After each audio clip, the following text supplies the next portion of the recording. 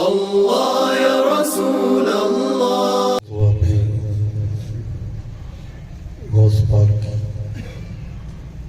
حقیقت صاحبزادہ محمد جلیل نے آپ کے سامنے رکھی ہے.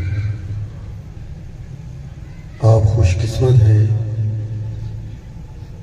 کیونکہ محفل میں وہی لوگ آتے ہیں جن کو بلایا جاتا ہے. بن بلائے نہیں آتے ایسی محفلوں میں، کیونکہ یہ دنیا داروں کی محفل نہیں ہے. دنیا داروں کی محفل میں آپ دیکھتے ہیں کیا کیا ہوتا ہے. یہ روحانی محفل ہے، ایمانی محفل ہے، وجدانی محفل ہے. یہ اپنے اپنے نصیب کی بات ہے. اس لیے دوستو، غوث پاک رضی اللہ تعالی عنہ کی شان کون بیان کر سکتا ہے؟ وہ پنجابی کا ایک شاعر وہ سرکار کی بارگاہ میں بولی بولتا ہے. آپ میرے ساتھ مل کے پڑھیں گے. اٹھ فقیرا جاگ ویلا سرگیدہ. پڑھ لیں گے آپ؟ پڑھیے. اٹھ فقیرا جاگ لگا ہویا دربار محمد عربی دا. اٹھ فقیرا جاگ ویلا سرگیدہ. اٹھ فقیرا جاگ ویلا لگا ہویا دربار محمد عربی دا. تو دربار میں پینتن پاک سارے فرشتے ہیں. دربار تو لگا ہوا ہے. ہماری آنکھیں دیکھنے والی نہیں، وہ ہمیں دیکھ رہے ہیں. کیمرے کی آنکھ آپ کو دیکھ رہی ہے. کیمرہ تو لگا ہوا ہے، وہ دیکھ رہے ہیں ہمیں، ہم ان کو نہیں دیکھ سکتے. تو دربار تو سجا ہوا ہے.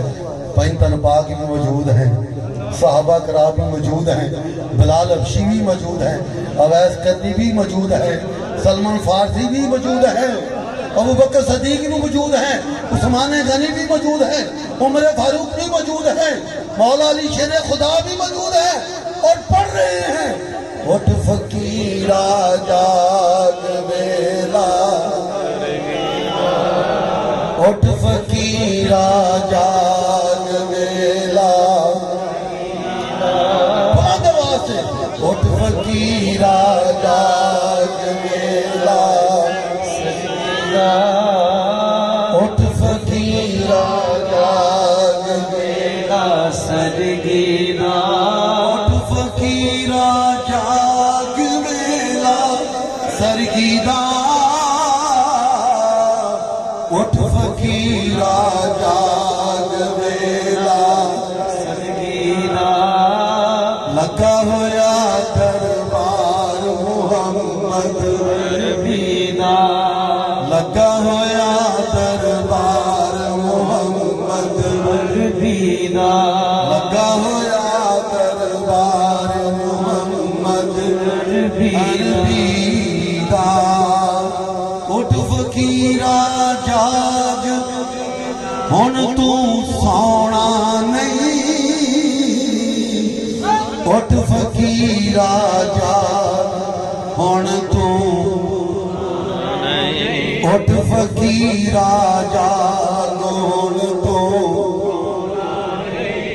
تینوں عشرت دن تک کنے جگاونا ہے.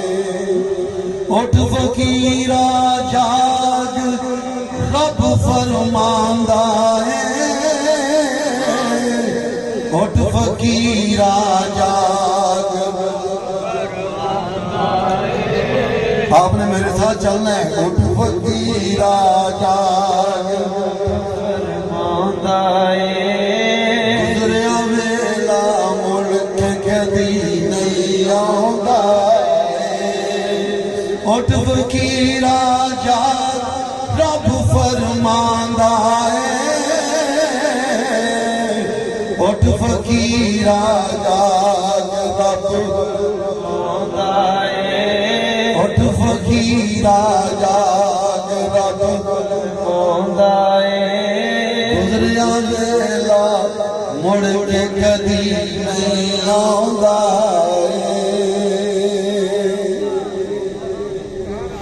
یہ سبق ہمیں غوث پاک نے دیا ہے کہ آج ہمارے پاس وقت ہے، پھر وقت نہیں رہے گا، یاد رکھیے۔ تو میں تھوڑا سا آپ کو بتانا چاہتا ہوں، ایاک نعبد و ایاک نستعین، یہ سارے لوگ پڑھتے ہیں اور غیر مقلد اس پہ بہت کلی ڈالتے ہیں کہ ہمارا ہی تعلق ہے اللہ کے ساتھ۔ یہ تو فقر کی بات ہے، کسی مولوی کی بات نہیں ہے۔ ایاک نعبد و ایاک نستعین، یا اللہ ہم تیری عبادت کرتے ہیں اور تجھ ہی سے مدد مانگتے ہیں۔ کیا ہم اس بات جو کہتے ہیں کر کے دکھاتے ہیں؟ کیوں بھائی کر کے دکھاتے ہیں؟ کرنا اور چیز ہے، کر کے دکھانا اور چیز۔ کہنا بہت آسان ہے، کر کے دکھانا بہت مشکل ہے۔ جس نے بھی اس پلیٹ فارم پہ آ کے اللہ سے کہا میں تیری ہی عبادت کرتا ہوں، تجھ ہی سے مدد مانگتا ہوں، تو پھر اس کو اللہ نے چیک کیا ہے، اہدنا الصراط المستقیم۔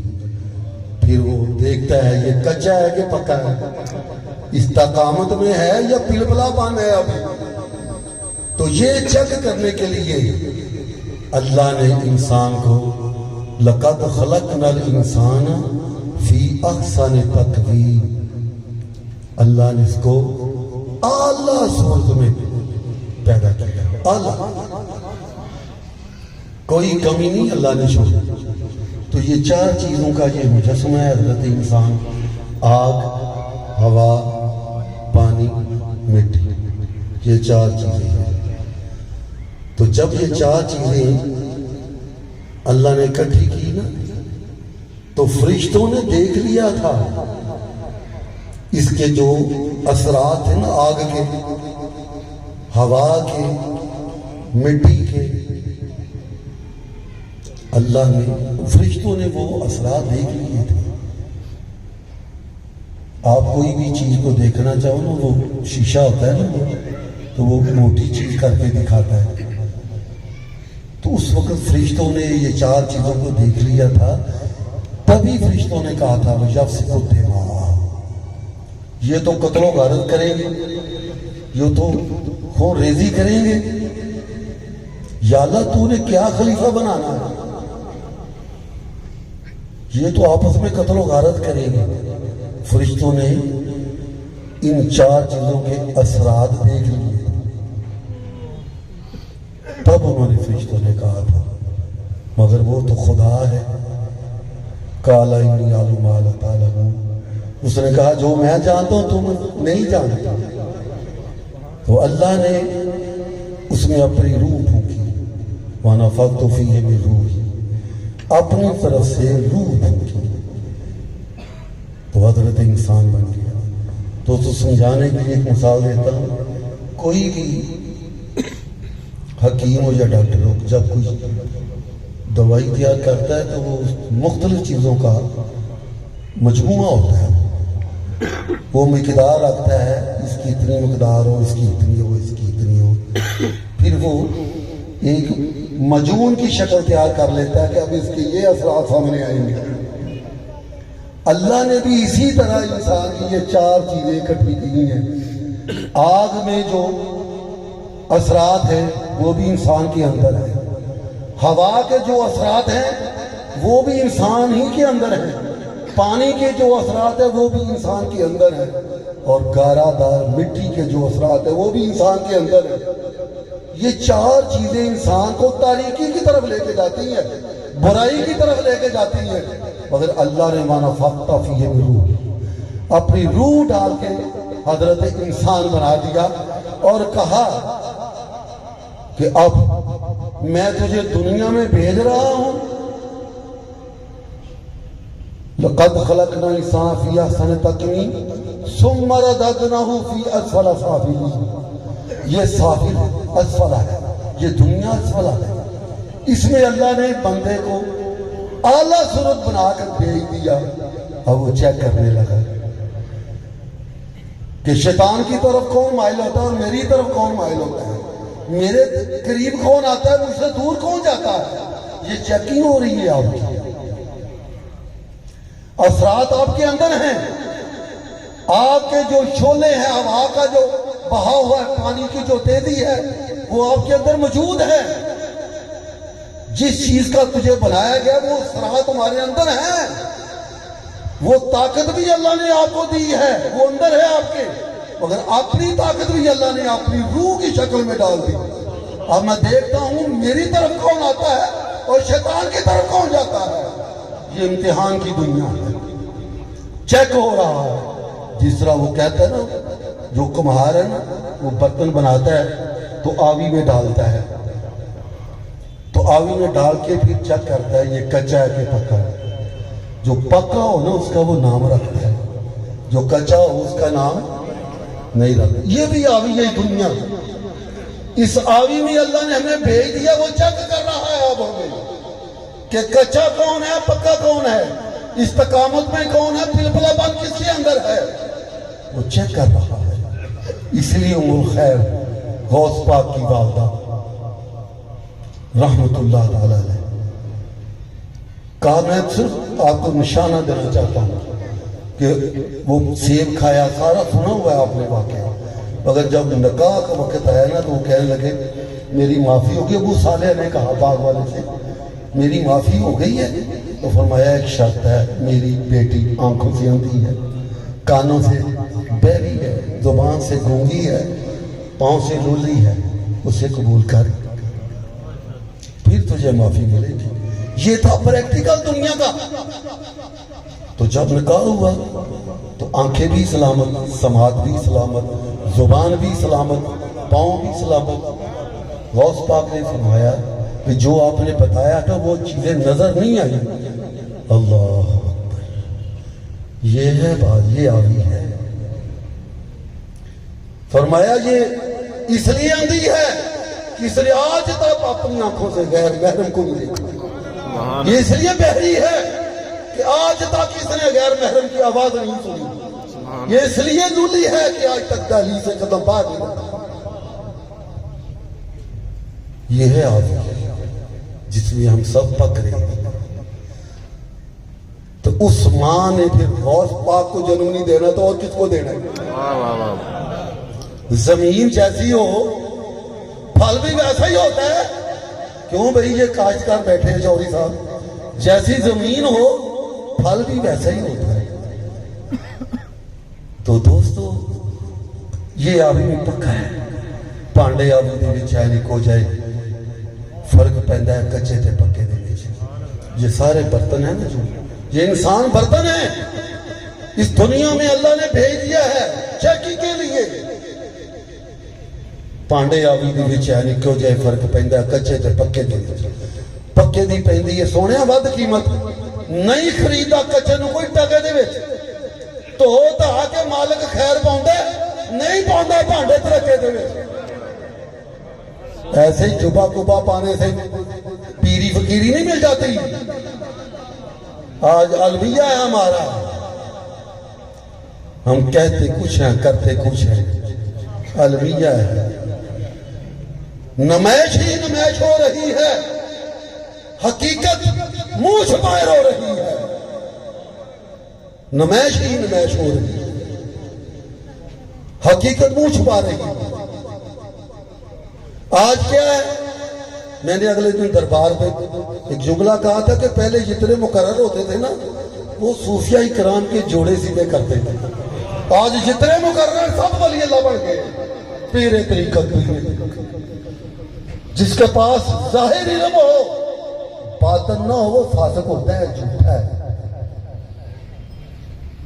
امام ابو حنیفہ رضی اللہ تعالیٰ عنہ مجلس میں بیٹھے ہوئے ہیں، حدیث کا درس دے رہی ہے، ادھر سے بہلول دانا تشریف لے آئے، پھٹے پرانے کپڑے، بزیدہ حالت، محفل میں آ کے بیٹھ گئے۔ تو آپ کہہ رہے ہیں شاگردوں سے کہ اللہ فرماتا ہے کہ میں نے شیطان کو بھی سزا دینی، اس کو بھی جہنم میں آگ میں ڈالنا ہے۔ تو جو چیز آگ سے بنی ہوئی ہے اس کو آگ میں ڈالا جائے تو آگ اس کو کیا کہے گی؟ میں اس پہ اتفاق نہیں کرتا۔ دوسری بات کہ خدا کہتا ہے میں ظاہر موجود ہوں، نظر تو آتا نہیں، اس میں میں اتفاق نہیں کرتا۔ تیسری بات کہ انسان فعل مختار نہیں ہے، جو کچھ بھی یہ کرتا ہے اللہ کی طرف سے ہی ہوتا ہے۔ بہلول دانا نے ایک مٹی کا ڈھیلا پکڑا، اس کے سر پر مارا امام صاحب کی۔ امام صاحب لال قلعے ہوئے۔ بہلول دانا کہنے لگے علامہ صاحب کیا ہوا ہے؟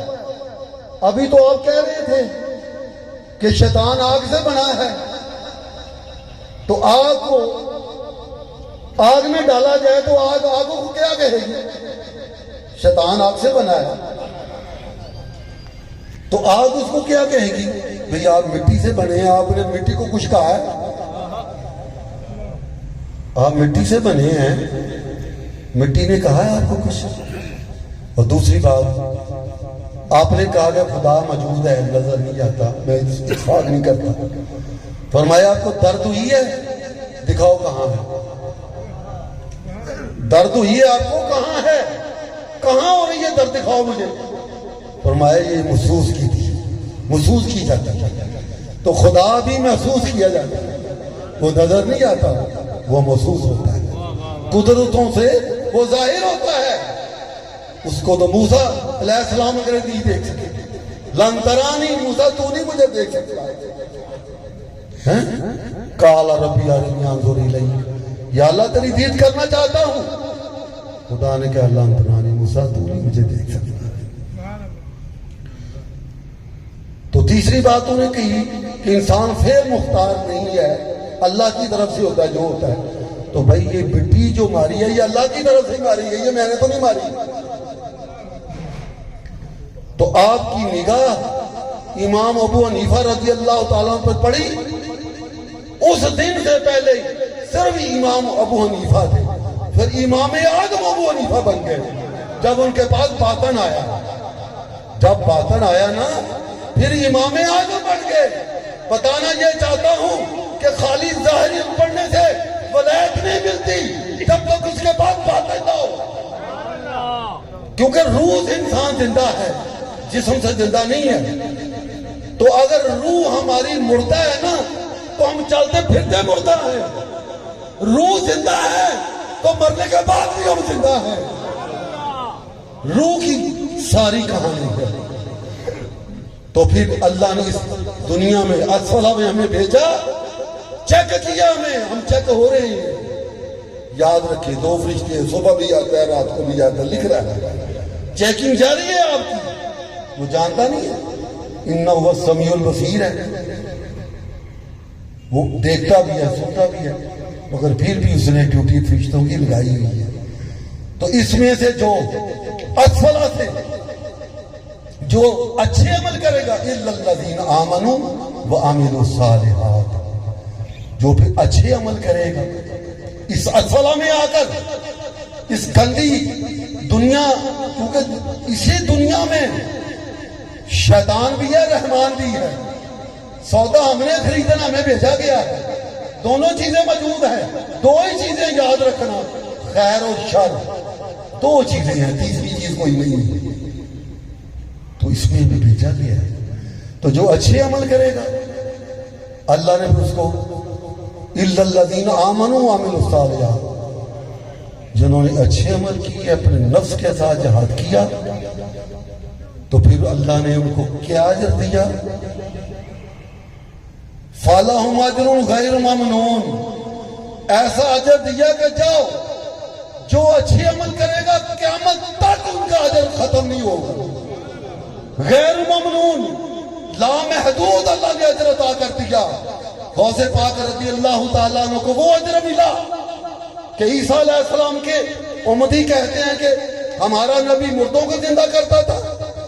تو غوث پاک رضی اللہ تعالیٰ فرمایا وہ تو نبی کا کام ہے, یہ تو حضور کے غلام بھی کر لیتے ہیں, وہ تو نبی تھے, تو میں تو ان کا غلام. یہاں میں گرا کھولوں گا ایک علماء کے لیے, سبق سناؤں گا ان کو میں اپنا, اس بات کی جو گرا ہے نبی کا مقام زیادہ ہے یا ولی کا. تو یہاں تو پھر عیسیٰ علیہ السلام بھی اذن اللہ کہتے تھے, تو غوث کہتے تھے قوم بھی اذنی, اٹھ میرے حکم نہ, تو وہ کہتے تھے اٹھ اللہ کے حکم کے ساتھ. فرق اتنا ہے. کیوں جی علامہ صاحب, مقام نبی کا زیادہ ہے یا ولی کا؟ مگر ہمیں کیا مل رہا ہے سبق؟